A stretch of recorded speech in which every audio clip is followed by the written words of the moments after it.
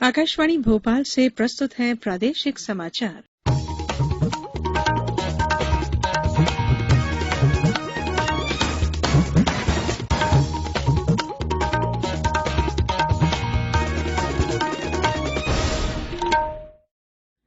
नमस्कार, समाचारों के साथ मैं धारणा सचदेव। देश भर में 18 वर्ष से अधिक आयु के सभी लोगों के लिए सरकारी केंद्रों में निःशुल्क टीकाकरण अभियान चलाया जा रहा है। आपसे अपील है कि कोविड रोधी टीका जरूर लगवाएं। कोरोना महामारी के प्रति कोई भी लापरवाही न बरतें। जब तक आवश्यक न हो घर से बाहर न निकलें और इन आसान उपायों का पालन करें। मास्क लगाएं, 2 गज की सुरक्षित दूरी बनाए रखें, बार-बार हाथ धोएं और चेहरा साफ रखें। कोविड से संबंधित जानकारी और मार्गदर्शन के लिए राष्ट्रीय हेल्पलाइन काम कर रही हैं। इनके नंबर हैं 011-2397-8046 और 1075। और अब समाचार। पहले मुख्य समाचार। वित्त मंत्री निर्मला सीतारामन ने कहा, अर्थव्यवस्था को धीरे धीरे बदलने की बजाय पूरी तरह बदलने की आवश्यकता। प्रदेश के 37 जिलों में कोरोना का कोई नया प्रकरण नहीं, 6 जिले हुए कोरोना मुक्त। मुख्यमंत्री सोलर पंप योजना से बिना बिजली वाले इलाकों को मिलेगी राहत। और वाहनों की अधिकतम गति क्षमता के परीक्षण के लिए इंदौर में 11 किलोमीटर लंबे विश्वसनीय हाई स्पीड ट्रैक का शुभारंभ। अब समाचार विस्तार से। वित्त मंत्री निर्मला सीतारामन ने कहा है कि नरेंद्र मोदी सरकार अर्थव्यवस्था विनियमित करने और प्रणालीबद्ध सुधार के लिए प्रतिबद्ध है। उन्होंने कहा कि अर्थव्यवस्था को धीरे धीरे बदलने की बजाय पूरी तरह बदलने की आवश्यकता है। एक अंग्रेजी दैनिक समाचार पत्र में प्रकाशित लेख में श्रीमती सीतारामन ने लिखा है कि प्रधानमंत्री नरेंद्र मोदी ने अपने पहले कार्यकाल के दौरान 1200 पुराने कानूनों और दूसरे कार्यकाल में 58 से अधिक पुराने कानूनों को खत्म करना सुनिश्चित किया है। वित्त मंत्री ने यह भी कहा कि सभी व्यक्तियों और परिवारों को कैशलेस स्वास्थ्य देखभाल, आयुष्मान योजना और जीवन ज्योति सुरक्षा बीमा का लाभ भी मिला है।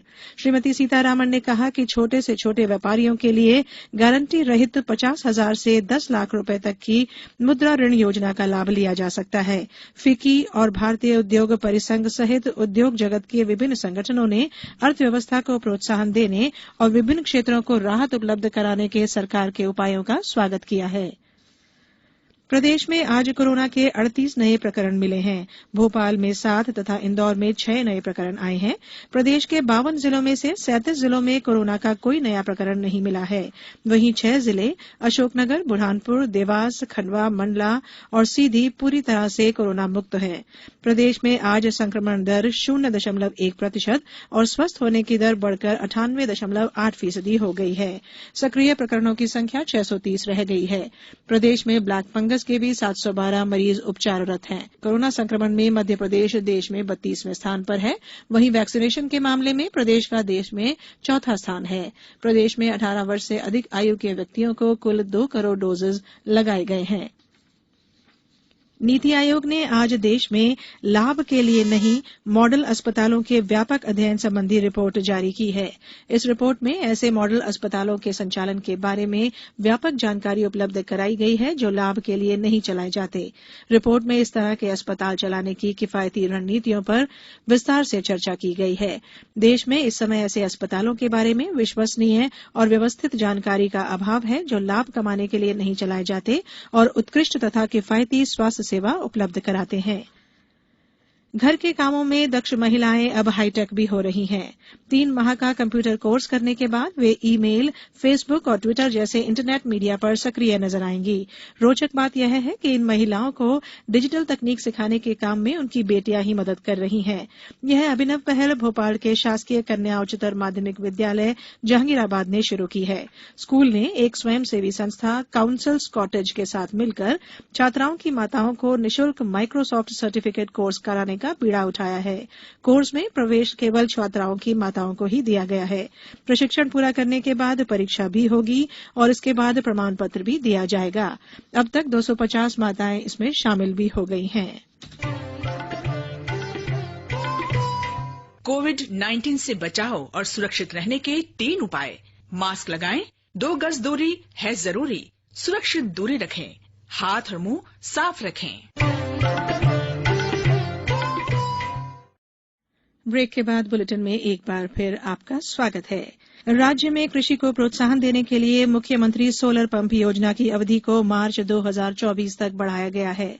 इस योजना में राज्य के सभी कृषक पात्र हैं।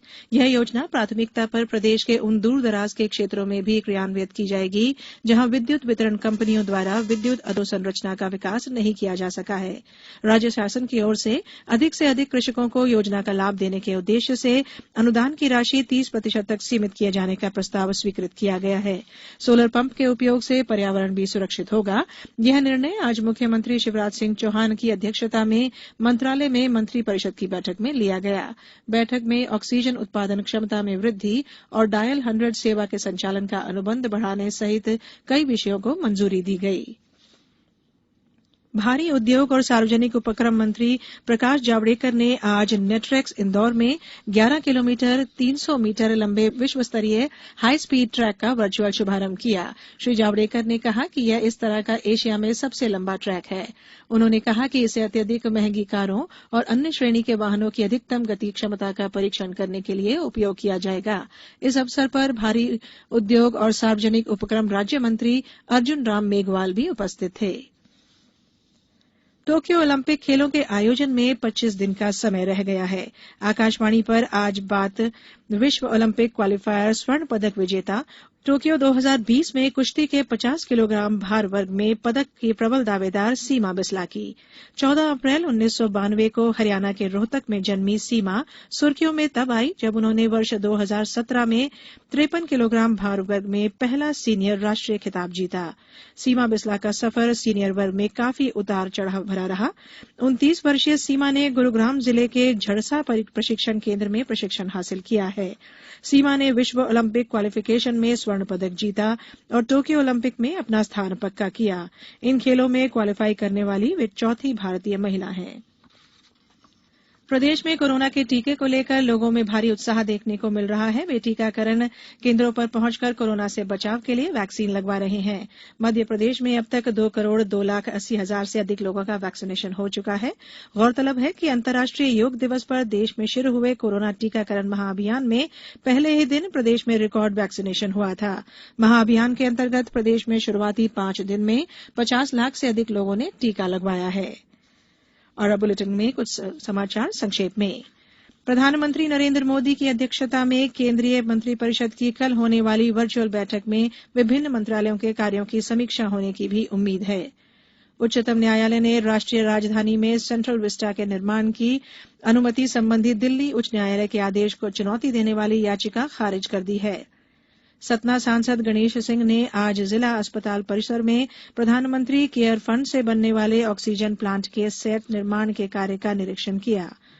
शिवपुरी जिले में बारिश न होने से गर्मी और उमस से लोगों का बुरा हाल है। बारिश न होने से किसान भी परेशान हैं। छतरपुर में 1 और 3 जुलाई को टीकाकरण का महाअभियान संपन्न होगा, जबकि कल टीकाकरण नहीं होगा।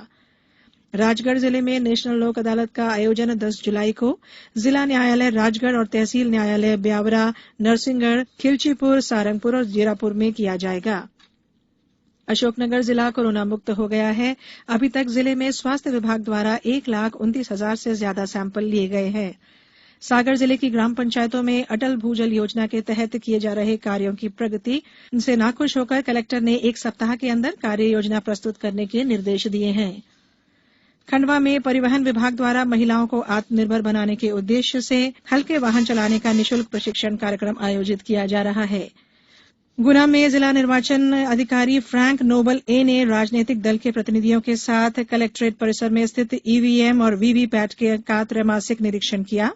और बैतूल जिले में जल संरक्षण के कार्यों को प्राथमिकता के साथ संचालित किया जाएगा। अंत में बुलेटिन के मुख्य समाचार एक बार फिर। वित्त मंत्री निर्मला सीतारमण ने कहा, अर्थव्यवस्था को धीरे धीरे बदलने की बजाय पूरी तरह बदलने की आवश्यकता। प्रदेश के 37 जिलों में कोरोना का कोई नया प्रकरण नहीं, 6 जिले हुए कोरोना मुक्त।